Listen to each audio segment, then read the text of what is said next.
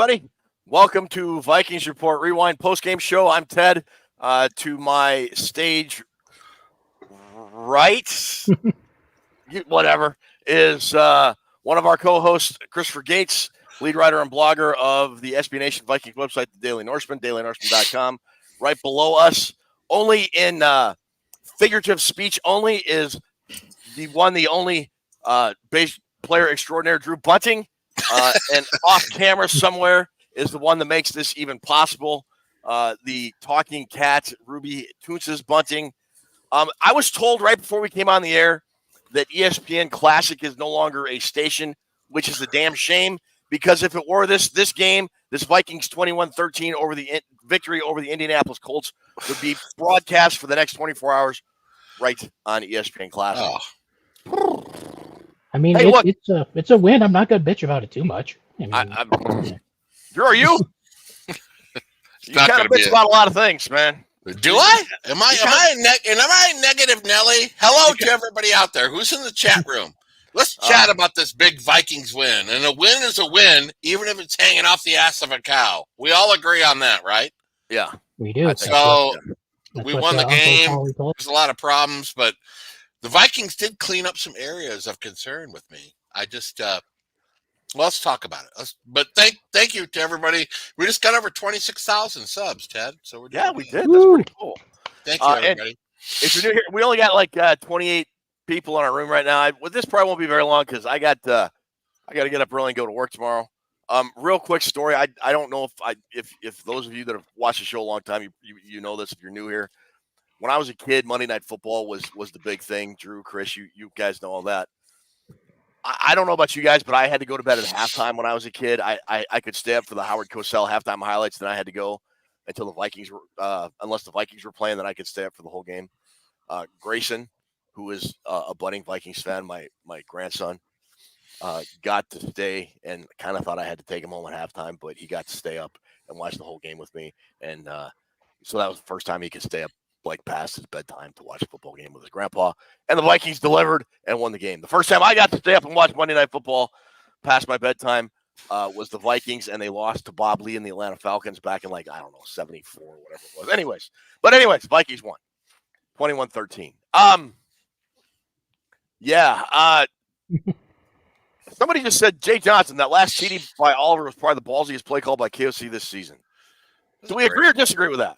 It was up there. I mean, I think we were all expecting to just kind of keep Hammer and Aaron Jones in the line and make the Colts run the rest of that clock and burn all their timeouts. And no, he said to hell with it. We're gonna go out and win the game. And Oliver was wide open, and it was a hell of a play call. I was kind of surprised KOC called it. Drew, were you surprised? He's right. It's the best call of the season. Okay. I wasn't expecting it because KOC always plays it.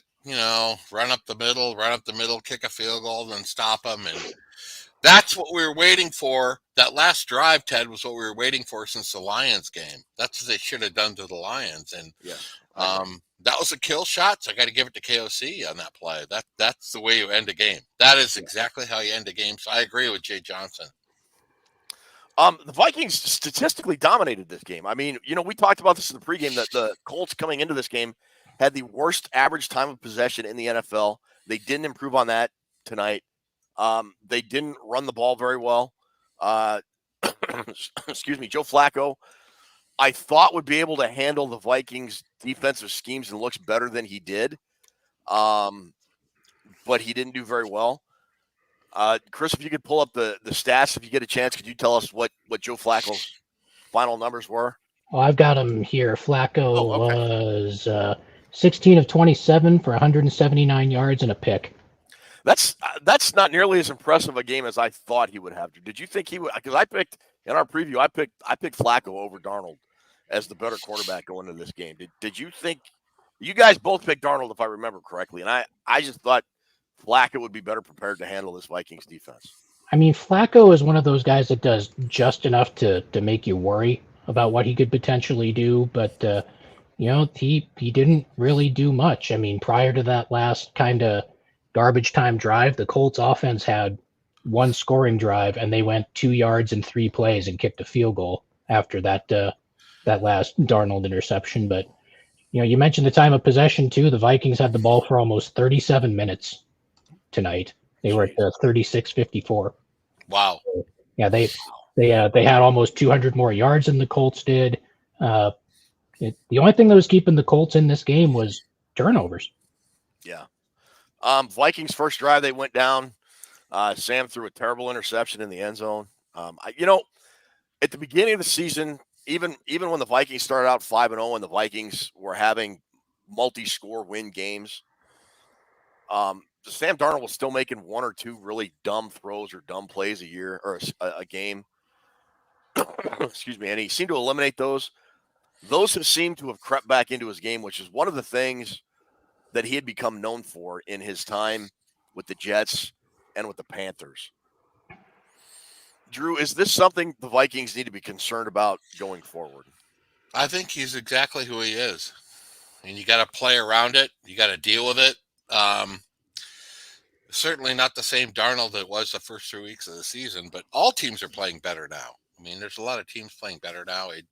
He was forcing it to Jefferson a little bit. He had that first interception. I rewatched it thinking, what in the hell are you doing? That was one of the worst interceptions I've seen him throw.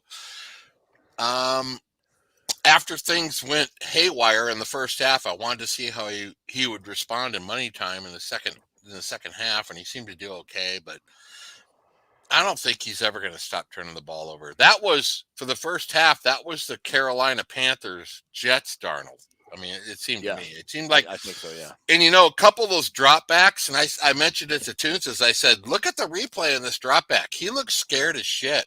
He's skittish. He's like jumpy. He doesn't know where to go with the ball when he was getting sacked and throwing the picks. It didn't look good. But at least he showed the resolve to get the game won. He had a couple big drives there in the second half, but I think you take what you take with Darnold. You're going to get those plays, Ted. You are. That's what he is. Yeah, Steve Scholler with a good comment. He said Sam did throw a few down into the ground. He's learning. That's true. He didn't try and make something out of nothing when nothing was there. The one that second pick he had, I think it was in the third quarter. Yeah. It was right after the Vikings got an interception. His very next play.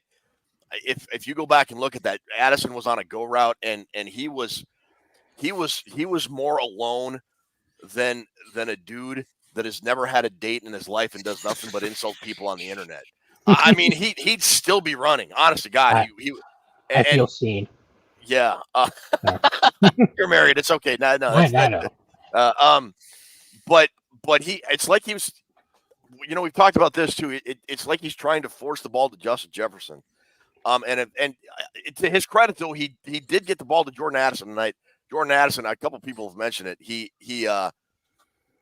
made an amazing touchdown catch. But Darnold isn't seeing the field, in my opinion, Chris, as well as he was earlier in the season. That first interception, I gotta be completely honest, that was the Vikings' first drive.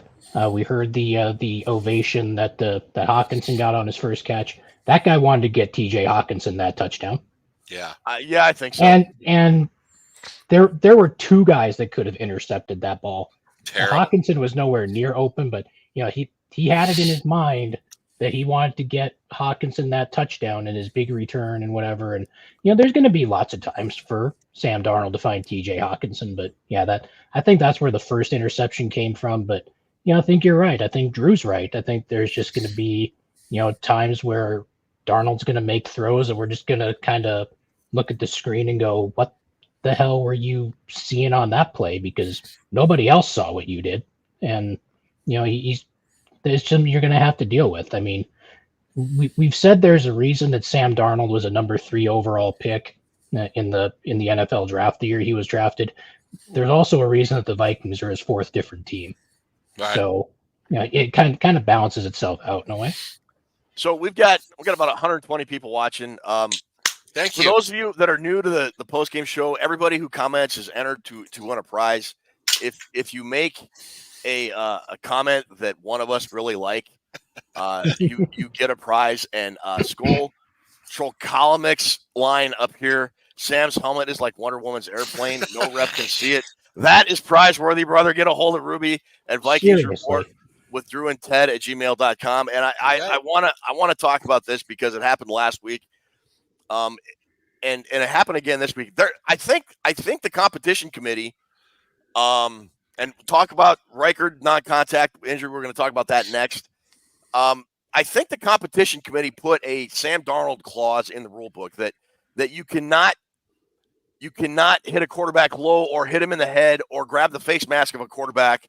unless it's Sam Darnold, because he got blasted in the head tonight, fumbled the ball. They threw the flag, but then because apparently Indianapolis scored a touchdown, they picked the flag up and let it stand. And I mean, it was a very obvious call to me. It was an obvious call to the ref, commentator in the booth, both Chris Collinsworth and Mike Tirico in the booth, and yet they let it stand. I don't get it, man. I don't get it. I mean, they never did give what the justification was for picking up the flag.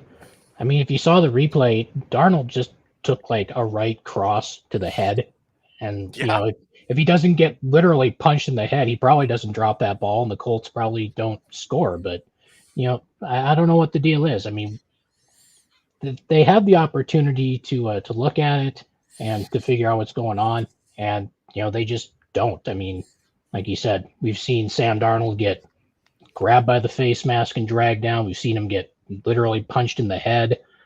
We've seen him give himself up on plays where he's sliding and dudes dive in and hit him in the head and nothing gets called. I mean, I don't know what it is, man. It's ridiculous. But if you're gonna preach about player safety all the time and worry about dudes getting hit in the head, start calling the damn penalties for dudes getting hit in the head. I don't understand why you're not doing it. The Godfather, Anthony Giannetto, was checking in. Hey, fellas, Tony J from Jersey checking in. You guys Tony! Tony! Oh man, now we're in. Yeah. We got Giannetto in here. We got full mob action. Yeah, the Godfather's here. Don't say anything. Don't make any sudden moves. The Darnold thing that amazes me is that before the Rams face mask thing, there was a play I think the game before when he was sliding and got hit in the head. Yeah, that was the Detroit game. Yep. Okay, that wasn't called. And then the Rams thing, and then this game, he got hit in the face. I mean, yeah, that's 3 in a row. These idiots have missed. And this NFL makes billions of dollars, but they have a shithole officiating crew. They do. It's terrible. And somebody needs to ask Goodell at these press conferences, when are you going to fix your officiating, idiot? AJ Freebird said, I'm sure we'll get another letter from the league later this week. And that always makes it better. That always makes the problem go away. There's something that just bothers me, and it's got to be fixed. I mean, you know, the one thing about the NFL, and I've said this for years, if you can't define what a tackle is, and if you can't define what a catch is, those are two of the most basic fundamental things of your game. And if you can't figure that out, you're ruining the sport. And somebody also mentioned something about Mahomes. If that had happened to Pat Mahomes, there would have been 4 flags in the field. I would contend if that had happened to Patrick Mahomes, Kansas City Chiefs would have been awarded a touchdown and gotten the ball back. So like whatever. Pat Mahomes is pretty protected. Yeah. That being said, though, what is wrong with the offensive line of the Vikings? They got owned. The Colts owned that line of scrimmage all night long. Maybe not so much in the fourth quarter, but the Vikings' right side of the offensive line is, besides O'Neal, is terrible. Bradbury is terrible. So is Ingram. I mean, come on. You're going to go the rest of the season with that? Yeah, Bradbury got pancaked. I don't know. Buckner was having prison sex with those guys. I mean, yeah. Yeah, Bradbury got pancaked more than Aunt Jemima. And they can bench Ed Ingram anytime now. I mean, you know, I half expected that Dalton Risner would start the second half. Yeah. Yeah, I thought he was going to too, but no, we keep saying that Ingram has been up and down or whatever. He's just been down this year. Yeah. He needs to be replaced. He does. Yeah, he does. And the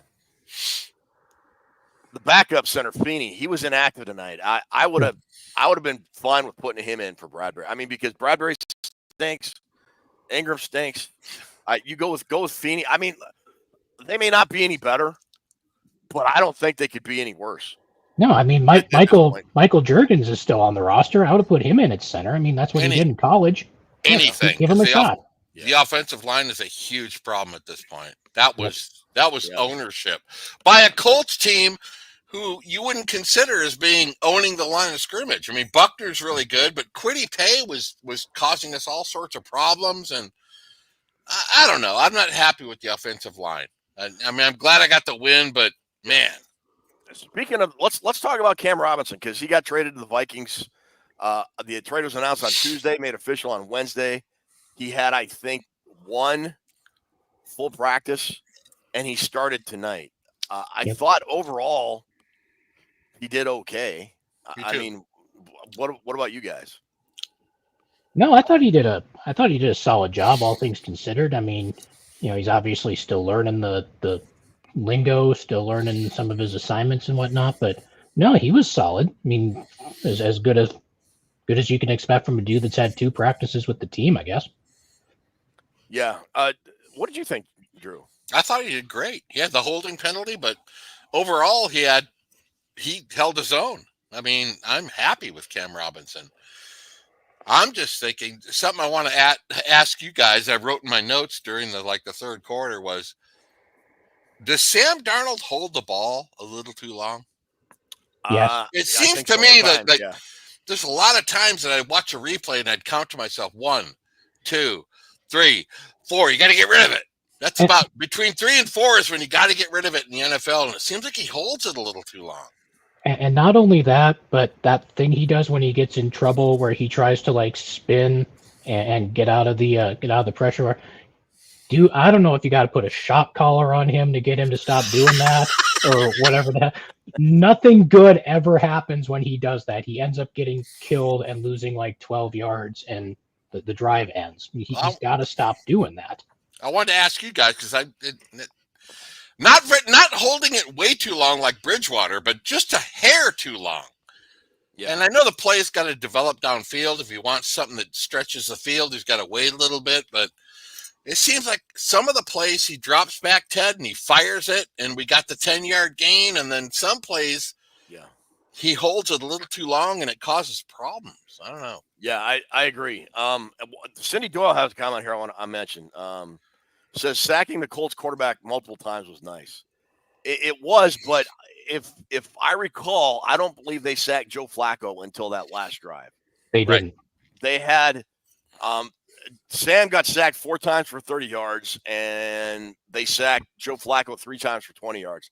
And there were a couple times Joe Flacco had enough time to read War and Peace in the pocket. And this is one thing the Vikings, and I think it's only going to get worse as the season goes on.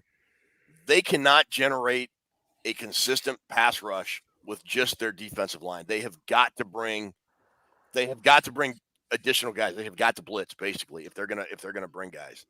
And I don't know.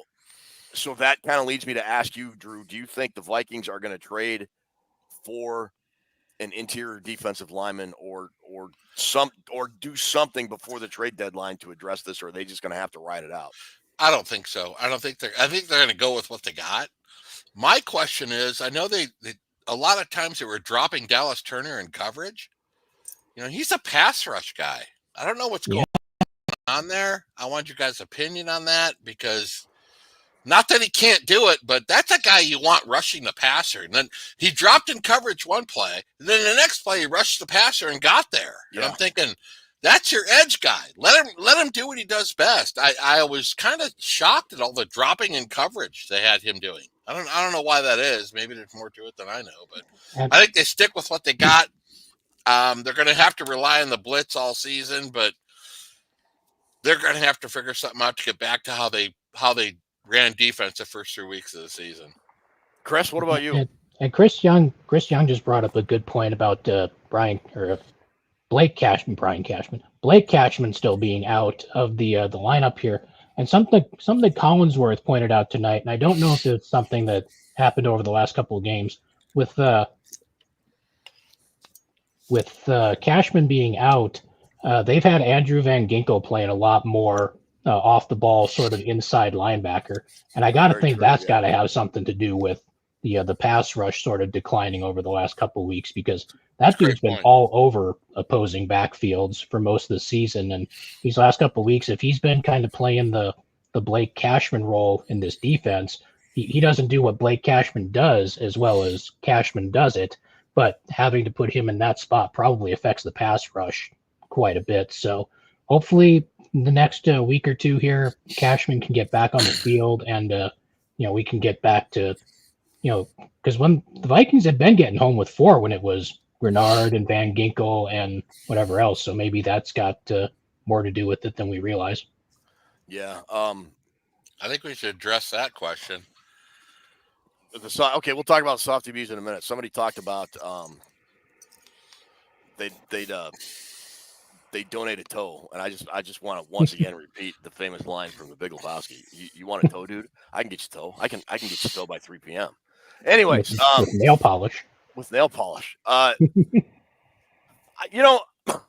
to disagree a little bit with Jay Johnson. I don't think the DBs are necessarily soft. I just think when you don't have when you're only rushing 2 or 3 or 4 guys and they're not getting home, and you're not blitzing guys, and you got a guy like Joe Flacco back there, it doesn't matter. It doesn't matter how good in coverage you are. Somebody is going to get open. In this day and age, in the NFL, somebody is going to get open. And you saw it. And there were a couple times, especially I think on that second or third to last drive in Indianapolis, if Joe Flacco checks down and throws it to either Trey Sermon or maybe it was Jonathan Taylor, instead of that long pass that Harrison Smith broke up on 4th down that the Vikings got with just over 5 minutes, and they went down and scored and closed the game out, basically. If he throws it, I think it was to Trey Sermon, who went to the Ohio State University. I knew it. I knew it was coming. And set a single-game rushing record in the 2020 Big Ten Championship game against Northwestern. But be that as it may, if he throws to Trey Sermon there, they get a first down, and who knows what happens. So, I don't know. I don't think that's necessarily all on the defensive back. Sometimes it is. Sometimes it's a blown coverage, yeah. But I'm not going to blame that entirely on the defensive backs, Drew, because you wanted to address it. So you give me your opinion on this. No, I agree. I agree right there. Okay. I'm not sure what's going on with Gilmore. He seems to be playing off the receivers quite a bit, and I think the Vikings corners are doing what they're supposed to do, what Flores wants them to do. I mean, sometimes, like you said, Flacco goes back and he has 7 seconds to pass. He's going to find Pittman in an open zone. He is. That's true with every team. But I remember watching them at the first of the year. They were really in a groove the first 3 weeks of the season, but we're also rushing the passer more. I think the corners are fine, Ted. I think they have come up big when they need to come up big. I think the problem with the Vikings has been, let's look at the Vikings tonight. They gave up 6 points offensively or defensively? Yeah. The problem with the Vikings is not putting up enough points. So, you got a team down 28-7. It's a lot easier on your corners to cover those guys. The Vikings' problem isn't defensive at all. Of course, they aren't putting the pressure on the quarterback right now, but I trust Flores. I trust the system. I trust the scheme, and I trust our corners because we have a good mixture of corners in there.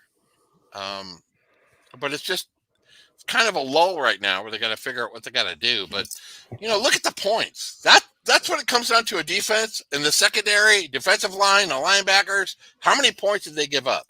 6. Yeah, it was a good night. It was a good night for the defense. Yeah. And Chris, real quick, Chris, before I get to you, Brad Marin, $10. Thanks very much. Any money that's donated to us for the show, we go right back into the show for prizes and whatnot in our prize vault. So, all right, Chris, give us your thoughts on the defensive backs. First off, before I get to that, I want to point out something that Trooper 88 mentioned in the comments here. The game against the Rams, the Vikings gave up 8 first downs via penalty. Tonight, they didn't have any stupid penalties. Nobody was lining up offside. Nobody was false starting. Nobody was doing stupid crap on third down to give the other team a free set of downs. So that was something at least. So that's something they can build off of going forward. But the the corners for the Vikings and even a little bit into the safety room, there's some older guys on this team. I mean, Harrison Smith and Stephon Gilmore were part of the same draft class. They've both been in the league like 12 or 13 years now. Shaq Griffin's been in the league a while. Those guys, they're still solid players, but they're not quite the players that they used to be. I guess they've kind of lost a step in some instances, but they still have the ability to make a solid contribution. But like Drew said, when you're putting up points and you're getting out to big leads, it's easier to play that coverage because you know what the offense has to do, and the pass rushers can kind of pin their ears back and get after guys. But in close games like this, where you got to account for whatever the offense wants to do, it is a little more difficult. But I don't think that means the defensive backs are bad necessarily. They're just they just have difficult moments like guys in any other position would. Yeah. One last thing we'll talk about. I'm gonna have to cut this short. I got to get to work tomorrow. Will Reichard was he was tin cup tonight. He got the yips, missed 2 field goals, but it looked like it also looked like he's got a muscle pull or something in his kicking leg. He was favoring it on his second field goal, made his extra points, which is good. But especially on that last kickoff, he seemed to really be favoring. They shown a replay. He had it looked like a heat wrap on his leg. Is this something we should be concerned about? And do I need to change my team, my fantasy football team name from 1,000-Year Reichard and pick up a new kicker? Or not? I think worst case, the Vikings got to bring someone in and have him on the practice squad in case Reichard can't go or whatever. But I mean, you don't want to have the kid's leg explode in like mid kick or something like that. So I think the Vikings, I mean, they've been smart with injuries for the most part over the time KOC has been the head coach. So I don't think there's any reason they won't be smart with this. Like I said, they'll probably bring someone in, put him on the practice squad, have him there just in case Reichard can't go for the next week or the next couple weeks, and see how it goes from there. But I think with a young kicker like that, especially one who up until tonight has been as solid and consistent as Reichard has been, it's something the Bears watching. Okay. Drew, you concerned about Reichard at all? I'm not worried about Reichard. The one thing I'm worried about is getting him healthy. Let him sit till he gets healthy because we're going to need that guy. Okay. That said, how about scoring some touchdowns? How about not going into ass mode when you get down to the 30-yard line and throwing picks and doing all the BS that you're doing? I mean, that's the problem with the Vikings. 21 points tonight. Let Reichert sit. Go get Fod Reves. Bring him in. Be fine. Fod Reves. Fod Reves. What's Donald Igwebuike up to? Oh wait, no, he's a punter though. He's up to about 20 to 25. Yeah, heroin. Oh, that's right. Yeah, he was like a big heroin smuggler, wasn't he? He kicked like 4 games for the Vikings, and then he wound up getting like arrested or something. He got caught with like 6 pounds of heroin on the flight, and he said, "But I'm a kicker." And they said, "What?" All right. We won the game. We won the game. Vikes moved to 6-2. Got 3 straight road games coming up against Jacksonville, Tennessee, and then at the Bears, who the Bears are finally they're starting to fade. Green Bay lost today, so the Vikings win. Keep pace with Detroit, who looks really tough at 7-1. I don't know if Jared Goff's going to ever throw an incomplete pass again. I mean, that guy looks unbelievable. Anyways, Ruby, if you're there, can you come up and say hi and bring the wheel up? Hey, there we are. Yep, go ahead and spin the wheel.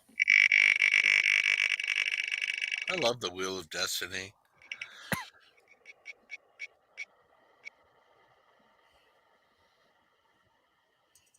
George Blunt. DJ Blunt is in the house. That's DJ Blunt, Ted. Come on. Is it really? Oh. Yeah, his name's DJ Blunt. He's the DJ Blunt, Okay. He rocks. George Blunt. How much you had to drink tonight, Drew? About first half, like 40 beers. Okay. That first half drove me to drinking, Ted. Sorry. I don't blame you. DJ All right, look. Blunt, congratulations. Yeah, congratulations, DJ Blunt. Get a hold of Ruby at VikingsReport@gmail.com. She will send you a link to the prize vault. She'll you pick out a prize and they'll get it mailed out to you. All right, last thoughts before we call it a night, Chris. It wasn't necessarily pretty. It wasn't quite the dominating win we were hoping for or expecting, but a win's a win. Now we got 3 games coming up against teams that aren't terribly good, and hopefully they can keep this momentum going, get themselves back into contention. I mean, they're already in contention in the NFC North, so hopefully that'll continue. And yeah, as always, great doing the show with you guys, and we'll be back in the studio again this week. Drew. Everybody would have been freaking out, Ted, had we lost that game. You know it as well as I do. 5-3. Oh, they're coming unstuck on Twitter, Facebook. Oh, the Vikings are whatever. They won the game. Like Chris said, it wasn't pretty, but you take the win. And now we move on to what? Jacksonville next week? Jacksonville next week, then at Tennessee, and then at Chicago. Is that Jacksonville on the road? Yeah, Yep, three straight road games. Hard to win 3 good. straight road games. Good, because the Vikings, I feel right now, need to go on the road. I think they're going to thrive on the road. I think they're going to beat the shit out of the Jacksonville Jaguars. God, I sometimes on the road, it helps you away from home, and I think I have no problem with them going on the road right now. So Vikings are 6-2, man. I'm happy with it. It was a stressful game, but we won it. You know, it's better. I said this before I came on the air. It's better to go home at 2:00 in the morning at last call with the ugly girl than not go home with a girl at all. I'm just saying. Never knew that to happen to me. Yeah. All right. Well, anyways, for Drew, for Chris, for Ruby, thanks for joining us, folks. We will be recording and airing our show in 2 parts on Friday and Saturday. For the Jacksonville game, we'll have our live post-game show Sunday afternoon. It is a noon game, Central Time, so we'll be on the air right after the Jaguars game. Hopefully, after the Vikings move to 7-2, and maybe the Lions will lose, and we'll draw even with them. So for Chris, for Drew, for Ruby, I'm Ted. Thanks for watching, and Skol Vikings.